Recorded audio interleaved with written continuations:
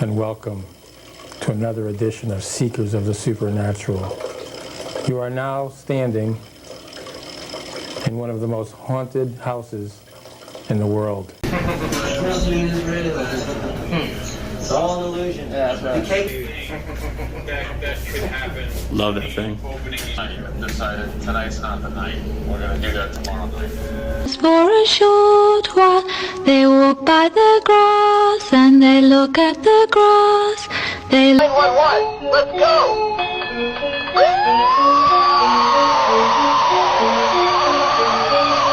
The Father, Son, and Holy Ghost. Hail Mary, full of grace, the Lord is with thee. We need to take the doll out of that case, put it in the original. Satan is usually quite a controversial figure. In the past, any mention of the name would have been associated with something terrible, especially as satanic panic swept the nation. Why won't anyone think of the children, right? We love to assign weird moral values to stuff to ensure our political weight can be thrown around, but I'm getting off topic. These days, the jury is out on Satan. Many folks love the guy and worship him as ardently as anyone else would worship their deities. Some say he's a more forgiving figure than plenty of other gods and demigods. However, this idol doesn't seem to be associated with that end of the satanic spectrum. This one comes from the bowels of hell and brings with it misfortune and terror, or so they say. Let's take a look at this interesting oddity. With a misshapen horned head, piercing blue eyes, and a strange, unnaturally slim body, this doesn't necessarily look like the powerful demon most folks would assume is Satan. Artists can take liberties with the things they create, so don't write it off simply based on its looks. Apparently, a young hunter had been scavenging through the woods in Connecticut when he stumbled upon this cursed idol. He didn't really know what to do with it, but he took it along just as well. Soon after coming into possession of this horned artifact, he ran into an old man in dark robes, one telling tales of doom and horror. This, of course, spooked the hunter, who discussed this interaction with his friends. Eventually, after some sleepless nights and anxiety, he was put in contact with the Warrens, who came by to evaluate the idol. They deemed it haunted indeed and took it off the poor guy's hands. I'm sure he was very glad to be free of it. Ed and Lorraine strapped the devil thing in and brought it back to their museum, where it still remains. So if you ever get a hankering for some devil worship or really want to look into some Gollum-esque blue eyes, you know where to go. Just be careful. That cloaked man in the woods is said to have been a worshipper of Satan, using the idol in dark and terrible rituals. I'm sure it's safe in the museum, but who knows. Coming in number 4, we've got the toy monkey. What is it about old school toys that makes them so creepy? Like, at some point in history, every single toy maker decided it was time to stop making them look that way and move on to much cuter, cuddlier, cooler, and overall less frightening things. Maybe tastes changed, or folks just collectively woke up to the fact that they were letting their kids play with nightmare objects, but regardless of the reason, I'm glad we've left these designs in the past. Dredging up these figures makes for some good spooky times though, right? Take this toy monkey for example. Would you buy your kids something like this these days? I'd wager no, and for good reason. Not only is it unsettling to look at, plenty of similar monkeys have been featured in the spookiest of scenes across Hollywood, but there's a lot of dark energy imbued in this particular monkey. The one at the Warrens Museum is said to carry a terrible curse. Hell, it was even featured in Annabelle Comes Home. So what does a little monkey have to do to earn such a reputation? Well, this one seems to stalk people, torment them, and then kill them. Oh no. Imagine this thing suddenly appearing in your life one day, then as time went on, it started popping up in places you know you didn't leave it. Little monkey cymbals might be heard crashing in the middle of the night, and disembodied shuffling can keep you from sleeping. All that's creepy, but it's still just a toy, right? Hold up. Did its eyes just glow? That is some monkey business I want no part of. But hey, at least this one in particular is locked away and not to be recirculated into the general population of antique monkey toys. Well, for now anyway. Coming in number 3, we've got the Shadow Doll. Now, we've all got a particular cursed doll in mind when it comes to the Warrens, and now she's the star of a major motion picture franchise, so it seems that she's always gonna come in first. But there is another doll at the museum that should elicit at least the same amount of fear. That's right, I'm talking about the Shadow Doll. This thing is downright butt ugly. Like, Annabelle as an OG Raggedy Annie is kinda creepy, and they had to make sure they punched up the creepiness with some porcelain features and unnerving eyes for the movie. But if they made a movie featuring the Shadow Doll as is, I think they might actually have to make it less creepy. For real, I don't know if big movie theater chains would allow something like this on their screens. Feels like something out of a snuff film, maybe a low-budget exploitation flick. Nobody's looking at this and saying, oh yeah, I want to watch a whole movie based on this thing. Worse yet, the shadow doll seems to carry a much more terrible curse than most. Plenty of cursed dolls require you to be in the same room as them in order for the worst of the effects to hit you, but the shadow doll just needs you to view a picture of it to generate risk. Just looking at it means there's a chance it'll visit you in your dreams and kill you there, Freddy Krueger style. And based on looks, I don't think it would make it fun like Freddy does. It would just be brutal and upsetting. Goodness gracious. Coming in number 2, we've got the Pearls of Death. These are known for their outrageously dangerous powers. They might just look like a nice set of pearls waiting to be adorned by the fanciest of folk, but be warned, the glamour is not worth the price. And I'm not talking about how much you pay for them. No, it is not money that these pearls want, it is your life. Owners of this particular string of aquatic orbs have complained time and time again of the necklace constricting around their throat and choking them. According to the first woman to adorn herself with this luxurious item, she felt as if she was being strangled as soon as she put them on. She attempted to take them off, but was unsuccessful. Panicked, she rushed out to request help, and it took multiple people yanking on the string to finally set her free. Since then, people have been very reluctant to wear these pearls. Some believe that a Satanist or black magic worshipper cursed the necklace before it was given to the unfortunate woman, kind of like the opposite of a holy person blessing an object.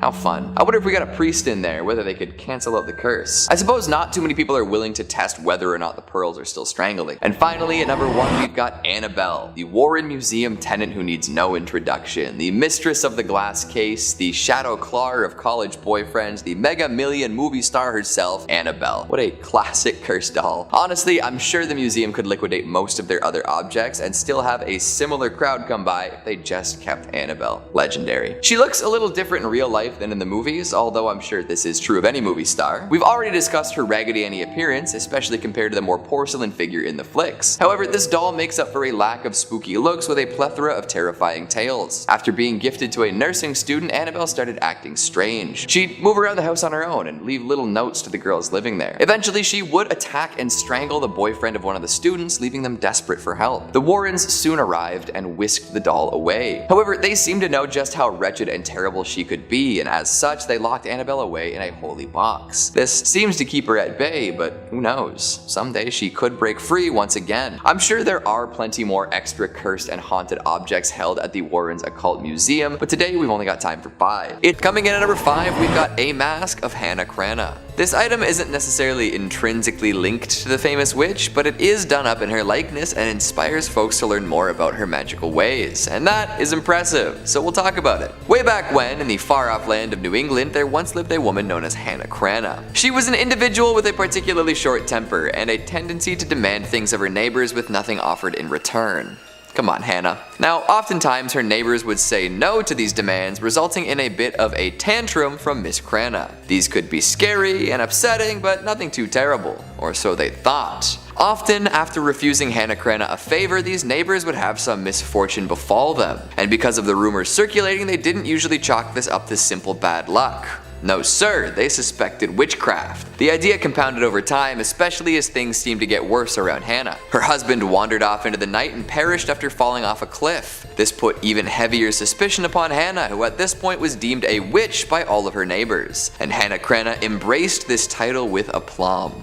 Good for her, right? She took to walking around with her rooster, old Boreas, who many suspected to be her familiar. She cursed her baker neighbor to bake less tasty pies, and cursed a young fisherman to never catch a fish again. And eventually she foresaw her own death and made some more of her famous demands in relation to her burial. Her neighbors were told to carry her coffin to her grave by hand, not by cart. She also refused to be buried before sundown. Of course, when she kicked the bucket, they didn't want to deal with all this. But when they attempted to drag her coffin through the snow by sled, it would slide off and down the hill, forcing them to try again. And to top it all off, when they returned to Hannah Cranna's home at the end of the ordeal, it had burned to the ground. A witch through and through. So be careful while looking at this mask. Who knows if somehow Hannah Cranna could still be channeling power through it. Coming in number 4, we've got some Satanic Books. We've talked quite a bit about the allure and taboo that comes along with satanic rituals. When people find masks, dolls, tombstones, idols, and more associated with Satanism, they tend to get pretty freaked out. They tell tales about what these objects may have been used for in the past, past and generally attribute a whole lot of dark energy to them. Whether anyone doing this understands exactly what they're talking about is totally up in the air. It seems that every few decades or so there's a brand new satanic panic. X is leading to Y and it's going to corrupt our children.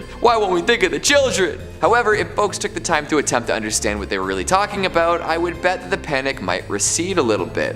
The frantic reactions of the ill-informed will never stop, will they? On the many shelves of the Warren Occult Museum sit volumes and volumes of satanic books. These could be read by those afraid of what rituals might be impacting people around them, or they could sit there and look scary. If you're afraid of something, it is likely that you just don't understand it. Demystifying ideas and people and creatures is often a good way to really get to the core of what makes them scary, and then you can see them for what they really are. People would probably claim that all these satanic books at the museum are haunted or cursed or have a history of being used in evil rituals, but would never themselves read one to find out exactly what the contents entail. Maybe that saves them from being haunted, but also it could cause them to live in ignorance longer, using fear as an excuse to make broad assumptions and statements. I know this isn't a fantastic analysis of the actual books found at the Warren Occult Museum, but I feel like when discussing things like this it can be helpful to encourage curiosity over fear. Who knows? Maybe you'll learn something useful. Hopefully without having to resort to rituals and sacrifices. Coming in number 3, we've got some samurai armor. I'll be honest right off the bat here. This armor, as creepy and cool as it is, doesn't actually exist. Like, it's showcased briefly in the Conjuring cinematic universe, but we don't learn all that much about it. The reason for the lack of apparent backstory is simple. They made it up for the movie. Bit of a letdown, I know. But for it to have screen time, that must mean that there is a wicked tale to be told about this battle-hardened human protector. It may have belonged to a famously brutal warrior, one who took the heads of all his victims on the battlefield. Their poor, unfortunate souls doomed to reside within the carapace until the end of time. Maybe the bloodthirsty soul of the samurai himself still resides in the armor. Perhaps the suit has a different story altogether, free from battlefield use. What do you think the story is behind this fictional item? Coming in number 2, we've got some glass eyeballs. They see you. In general, old school prosthetics fall under the uncanny valley classification.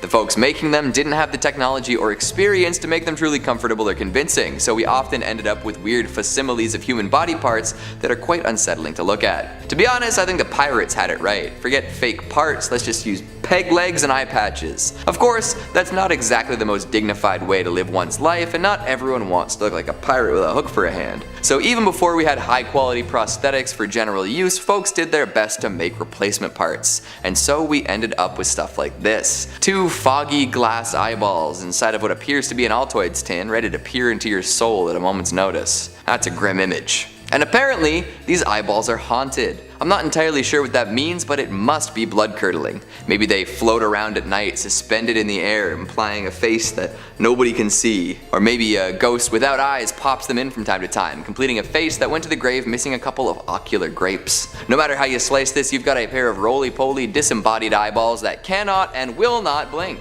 Things they must have seen. And finally, at number 1, we've got a dark magic doll. Unsurprisingly, the Warrens had a massive collection of scary dolls. Annabelle and the Shadow Doll are just the beginning, and are likely so well known compared to the others thanks to their relative power. These two will act on their own and often cause mischief and misfortune without being prompted. The Dark Magic Doll is a little different, where it's still imbued with a curse, but has to be used by a human to take effect. According to Tony Spera, son-in-law of the Warrens, it operates kind of like a voodoo doll. By adding an image of the person you're attempting to harm to it, you can use it to cause plenty of pain in their life. Make the doll look like your target, perform a quick ritual, and maybe add some of their hair to the equation and you're set. Then you hang the doll and wait for it to take effect. Apparently those who are targeted by the effects of this magic doll will soon fall ill and eventually succumb to this illness. So don't be messing around with it for no reason. You've got to go in with intent. And just for funsies, please let us know if that's something you plan on doing in the future.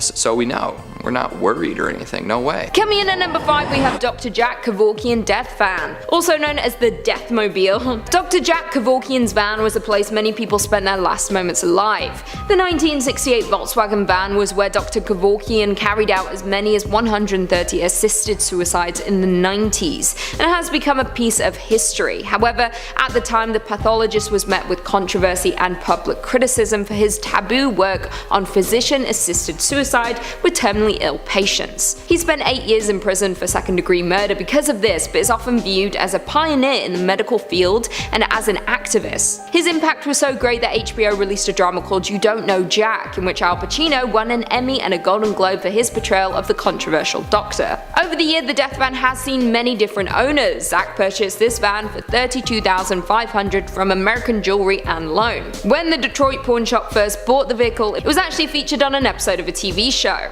Apparently, Long Island medium Teresa Caputo also passed by the van in their warehouse and said she felt something there. Visitors of Zach's Haunted Museum can peek inside the Dr. Jack Kevorkian's death van and see the exact spot where many people died. Coming in at number 4, we have Ed Gein's Cauldron. This is certainly one of the more gruesome relics on display at Zach Bagans' Haunted Museum, and it's believed to have belonged to the butcher of Plainfield, Ed Gein. He's known for not only committing 2 murders, but mutilating corpses and fashioning items from human skin. Some of this morbid creation include masks made from real human faces, a human skin lampshade, and a female skin suit. Although his kill count doesn't technically classify him as a serial killer, he still served as inspiration for several fictional serial killers, like Leatherface from Texas Chainsaw Massacre and Buffalo Bill from The Silence of the Lambs. This cauldron is said to have been a place for Ed Gein to boil body parts in, but its authenticity is largely unknown. It was auctioned off in 2015 by a man named Dan McIntyre. He claimed to have inherited it from his grandmother, who bought it in 1958 at Gein's estate sale following his arrest. That's bleak as The highest bidder was Zach, purchasing the little pot for $2,800. At the time, Dan said he was happy to be rid of it, as it was the source of strange phenomena.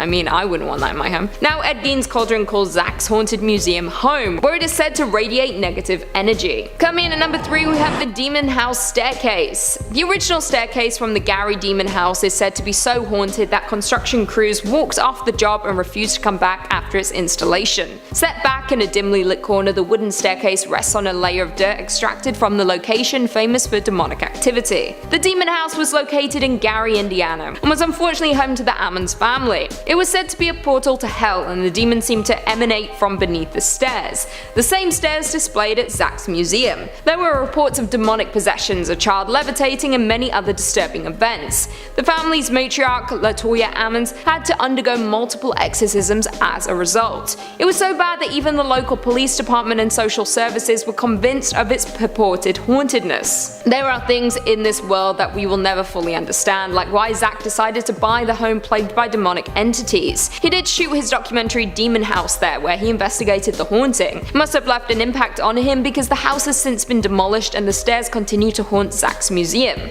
Coming in at number 2, we have the Devil's Rocking Chair. This sinister chair is linked to a very famous investigation done by Ed and Lorraine Warren, and its story serves as the plot for the Conjuring The Devil Made Me Do It. Zach actually purchased this chair for $67,000 just hours before the death of Lorraine Warren. Ooh, creepy. The Devil's Rocking Chair was the site of the infamous exorcism of David Glatzel, who was allegedly possessed by a demon. The 11-year-old at the time was being tormented by a man-like demon who resembled a beast with sharp, jagged teeth, horns, and hoofs. As the haunting progressed, the chair was said to be under the demon's power, and David would often see the beast sitting in it. Ed and Lorraine performed numerous exorcisms on David in that very chair. The final exorcism was a success, and the demon was expelled from David right into his sister's boyfriend, who killed his landlord shortly after. He pled not guilty due to demonic possession, a first in American history, citing that the devil made me do it. It didn't work, by the way. In 2019, the Devil's Rocking Chair's exhibit actually had to be shut down because it was doing its job a little too well. 6 different people shared the same disturbing experience with the chair. They all had bouts of uncontrollable crying, and one even collapsed above it. The museum having adverse effects on visitors isn't anything new, with ambulances having to be called in the past, but this was the first time in the museum's history that an exhibit had to be shut down. And finally, coming in at number 1, we have Diuk Box. In the number 1 spot is known as the most haunted object in the world, the Notious Diuk Box. According to Jewish mythology, a Diuk is a malevolent spirit that's said to haunt and possess the living, and the Diuk Box is home to the evil entity. This wine cabinet is so haunted that it actually served as inspiration for the horror film The Possession. The Diuk Box first became a sensation when it was listed on eBay, along with an extensive ghost story attached to it. After after some owner hopping it came into Zach's possession. Shortly after the Diuk box arrived in the museum, holes allegedly began to appear around the haunted cabinet. A downtown Las Vegas marketing executive also apparently witnessed a black cloaked apparition pass through the exhibit's door while doing a private tour with Zach. This haunted relic is no joke. Even Post Malone was apparently cursed by the Diuk when he visited the museum with Zach himself. After touching Zach's shoulder, who was resting his hand on the box, Post Malone had a streak of terrible luck. In less than a month, his private jet was forced to make an emergency landing when 2 tires blew out. His house was broken into by armed robbers, and then he got into a car crash. Coming in at number 5, we've got a vampire coffin. Say what? The resting place of an undead bloodsucker? In this museum? Well, what happened to the previous tenant? Was it forceful eviction, or maybe a what we do in the shadows scenario where a vampire hunter snuck in through the basement and exposed an ancient vampire to sunlight? Regardless of how they came into possession of this burial box, the story probably isn't too pleasant. Still though, what a find. According to Ed and Lorraine, the coffin once belonged to a modern day vampire, but they didn't really elaborate too much on the details. That kind of vagueness just makes me want to know more, you know? Unfortunately, that story may have died with the famous couple, but we can definitely consider a whole plethora of options. There are all sorts of implications that come along with someone claiming to possess a vampire's coffin. How modern are we talking here? Were there other vampires in this one's undead community? Are they trying to blend in with the rest of society at this point, or is it a John Carpenter's vampires scenario where they're looking for more blood than ever? There haven't been too many sightings of vampires lately, at least by my count, so one has to wonder what's been going on. Twilight is trending again, so there's gotta be some sort of vampiric element in the air. A couple more months till October and then we'll know for sure. I wonder if there's anything inside the Warrens' coffin. I guess we can't really check at this point, but hey. If anyone has visited or seen someone open the coffin, would you be so kind as to drop the details down in the comments? I'd love to know if there are any rosaries, fangs, or vampire bones left behind. Maybe even some scorch marks that might suggest that the vampire did indeed get burned. Gosh, a modern vampire. I wonder if they like video games or watching sports on TV. Coming in number 4, we've got cursed photographs. Cue the Nickelback jokes. Look at this photograph. Every time I see it makes me suffer. Not as catchy, but you get the point anyway. While none are particularly legendary, you can definitely assume that any photographs at the museum have a creepy backstory. I'm actually kind of surprised more cursed photos aren't circulating these days. It seems like a lot of photographs with spirits and curses imbued within are from the age of the darkroom, or even before that. Do you think that tin-type pictures were more likely to be cursed? I suppose there was the good old practice of death photos. Plus, plenty of folks got included in family photos, even post-mortem, because the experience of having your picture taken was so rare. Folks have a lot more opportunities to snap pics of their friends and family these days, so images of corpses made up to be more alive are probably less common, at least as far as I know. The internet is a deep and dark place, and I'm sure there are folks who would pay top dollar for something like that taken with a mirrorless DSLR. Oh boy. Back to the museum though, there are entire walls covered in creepy old photographs. It kind of feels like a haunted house attraction at a theme park sometimes, now doesn't it? We've got brides with their faces totally obscured, white dress and all. Are those flowers symbolic or something? I guess we can't really know. Images of sinister looking men in hunting garb adorn the walls as well, making folks wonder what their story might be. Sullen-faced children looking past the camera, images of demonic figures, questionably dark photographs of things difficult to make out the works. To look at these photos is one thing, but to have one in your home is something else entirely. Thankfully, they're at the museum and not for sale. However, there is the good old theory that photos of the photos might bring the effects of the curse wherever they're viewed. So like the shadow doll, you might be done for just by looking at these pictures of pictures. Maybe consider investing in some holy water or seeking out the advice of a paranormal expert. Good luck with all that. Coming in number 3, we've got demonic masks. Masks hold such rich meaning all across different cultures. The obscuring of one's face can cause so many things to happen, both good and bad. There's the classic idea that once a person puts on a mask, they will finally act as their true self. Others know that masks can protect folks from recognition, whether that means from other humans or paranormal entities that want to take something from you. On stage and in day-to-day performance, masks are associated with deception and hiding one's identity. So when they're used in dark rituals or other haunted rites, they may be inhabited by things other than people. Take a walk around the museum and you will find a treasure trove of creepy and disturbing face coverings. Uncanny Valley inhabitants of the highest order, these creations of rubber and paint can really be upsetting to look at for too long. Red-faced demons, dirty hags, strange screaming mouths, and more. A lot of them remind me of classics from Halloween 3 and Goosebumps, two mask-based experiences that shaped my childhood in ways we can't really get into today. Don't put any of them on, for nobody knows what might be dwelling within. Could be a nice spirit, or even better, nothing. Although there's always the risk of a malevolent demon waiting within, eagerly anticipating the moment an unsuspecting victim dons the mantle. Maybe stick to medical masks for now. No demons should be waiting in there, plus you'll keep all your droplets to yourself. Coming in at number 2, we've got the Tombstones of Children. Yes, you heard that correctly. The Warrens had a collection of grave markers meant to sit above children who passed on. Now, in their defense, apparently these had been collected after they exorcised some demons raised through satanic rituals. The tombstones were not originally moved by the Warrens, but by those who would perform these dark deeds. The Warrens simply took them to the museum after all was said and done, likely in an attempt to prevent others from using them in further rituals. Definitely a strange collection to have, all things considered.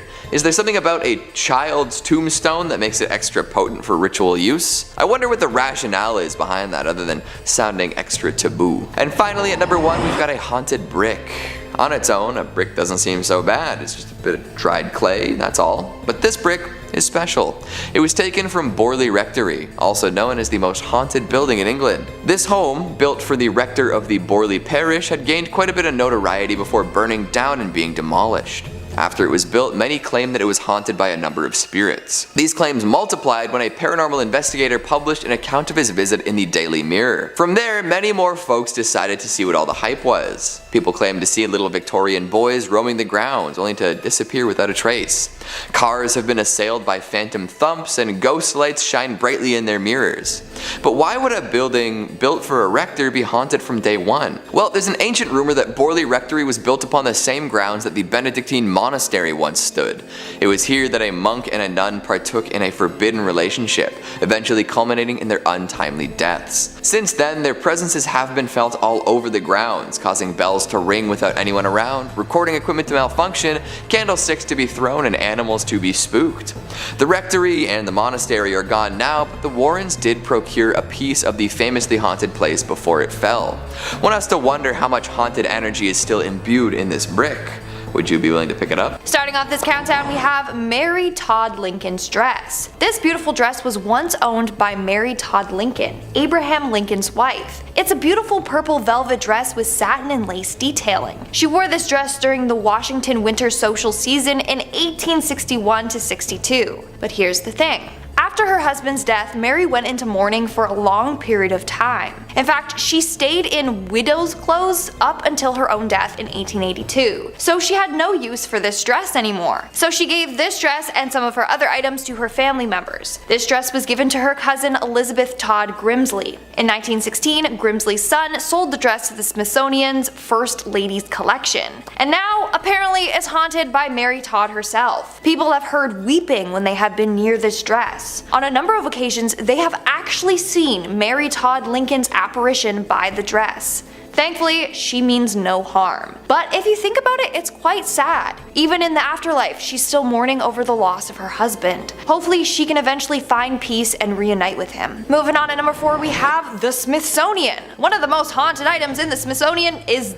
the museum itself. It is haunted by a number of ghosts. As a result, they actually offer ghost tours on location for people interested in the paranormal. On a number of occasions, workers have seen past Smithsonian scientists who would work on the collections there. But the most active ghost is that of the Smithsonian's first curator and second secretary, Spencer Fullerton Bard. Almost all of the night guards at the Smithsonian have seen his ghost wandering the halls. They see him gliding through the halls, people try to talk to him, and then he disappears into thin air. Then you have the ghost of Secretary Joseph Henry that also likes to show his face around town. According to the night guards, they said, and I quote, "Henry is often seen fully clothed in the garments he wore in life, walking through the exhibits before returning to his post. His post being the statue the museum has in place for him." Dude, what in the night of the museum is this? Seriously. Then you have the countless unidentified entities that also haunt the halls. These are just like black shadowy figures people have seen in passing. At least it seems like these ghosts mean no harm. Like, sure, it's kinda spooky, but at least they aren't malicious. Also, hit that thumbs up button if you want to see me go ghost hunting at the Smithsonian. I'm down.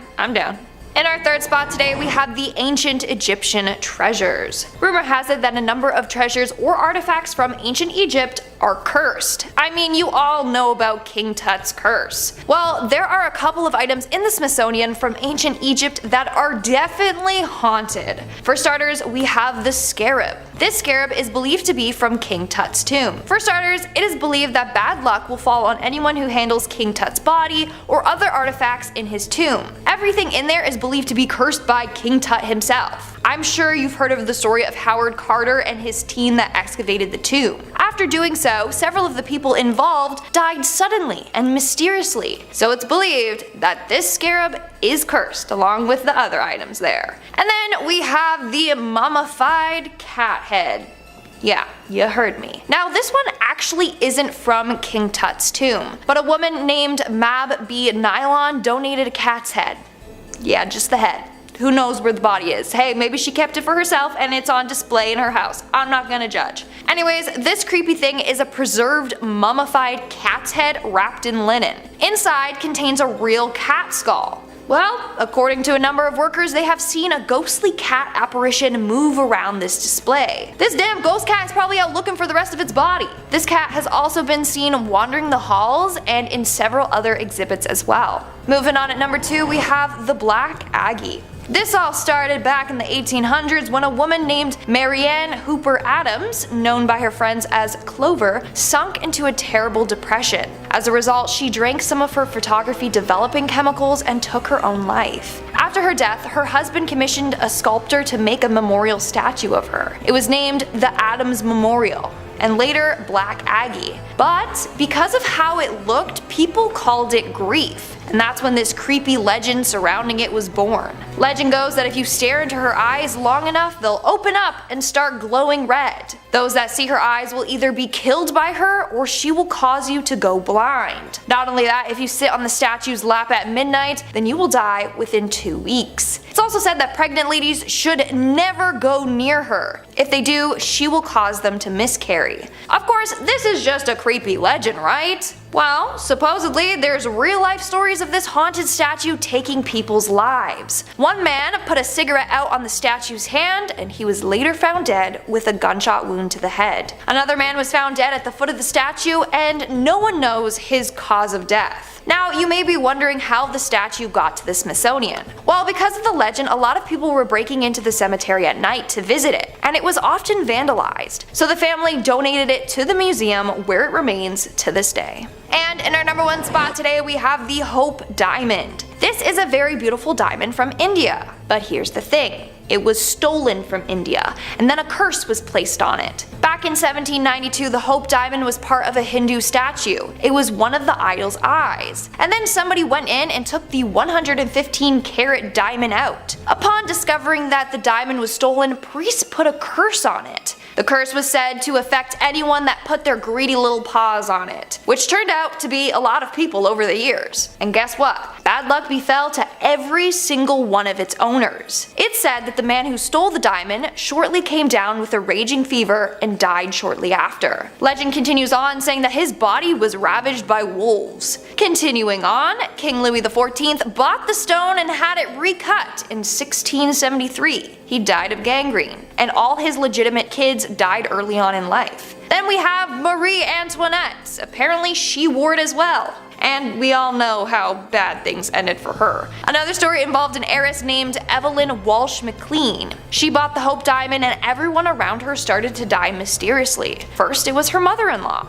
then her son, then her husband left her and later died in a mental hospital, and then her daughter. She later sold the diamond to get rid of this curse. That's not even half the people affected by this diamond, like the list goes on and on. Now the haunted diamond is on display at the Smithsonian. Hopefully no one will ever try to steal it because we don't need to relive its curse over again. Coming in number 5, we've got the organ. Thankfully it's not an internal organ or anything like that, although to be honest, I'm not so sure that would be any more creepy than this haunted musical instrument. Organs always tend to have a spooky sound to them, whether it's that classic bit from Bach's Toccata and Fugue in in D minor, or some old hymnals echoing through an empty church. The pipes and keys combine to create spine-chilling music more often than not. It's a classic sound used to elicit fear and atmosphere in all sorts of different environments. So of course the Warrens brought one back to the museum. It's not a grand affair, definitely not a pipe organ or anything close to one in size and scope. However, it does make up for a general lack of volume and dynamics with an array of haunted energy. The main thing that tends to set people off about this musical instrument is the fact that it likes to play itself. It's not a player piano, nor is there any sort of mechanism inside that would suggest that it was ever meant to make music without the help of a musician. But when the clock strikes 9 p.m., or the museum's apparent witching hour, this keyed instrument starts to play. I'm sure the first person to discover this detail was sufficiently spooked. Playing on its own isn't the only oddity associated with the organ. It's also known to cause anomalous things to happen to folks who play it. One might see a strange man standing beside the stool as they play, or maybe they'll have dreams full of haunting music for a while. If you go in and hit a few keys on this organ, maybe even sit down and play a fugue, all sorts of unfortunate events may be in your near future. After the organ was retrieved from the supposedly haunted house of a reverend, it was placed in the museum. Interestingly enough, no anomalous activity was reported before it was brought back. However, the Warrens were no slouches when it came to decorating, and soon enough the organ was covered in all sorts of other interesting oddities. Now, this idea I came up with on my own, so don't take it as a fact or ask me to cite anything. But what if the things the Warrens placed upon the organ caused it to become haunted? Maybe the curses dwelling inside of those objects came out and played the organ themselves. Food for thought, for sure.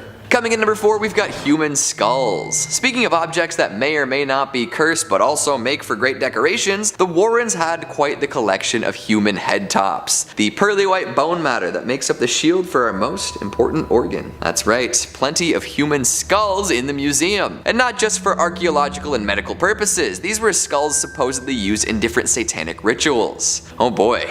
There's one in particular that stands out thanks to its interesting coloration and decorations. The eye sockets are painted bright pink and really pop, and some of the teeth are a yellowy gold, and there is a large star adorning most of the skull's forehead. It's placed on an ornate stand among a plethora of other spooky knickknacks. I guess I shouldn't really be comparing a human skull to a knickknack, but here we are. Now, like I said before, the human skulls accumulated by the Warrens were supposedly used in satanic rituals quite a few times. I can't really elaborate on exactly what that would look like, but the fact that they were there means that it's possible the skulls are now cursed. The demons contacted during said rituals could have left some sort of residual energy in and around the skulls, especially because they did originate from humans. Folks have been terrified of satanic rituals for ages, often using them as shorthand for scary, morally depraved activities. We might not be able to figure out exactly what happened with these skulls, but they definitely hold some sway over folks who might visit the museum. It's morbid, it's creepy, and it smacks of the paranormal. Just hope that this kind of thing never ends up happening to your skull. Or you know what, maybe you'd prefer that the top of your head ends up in a museum. That's one way to stick around for a while, right?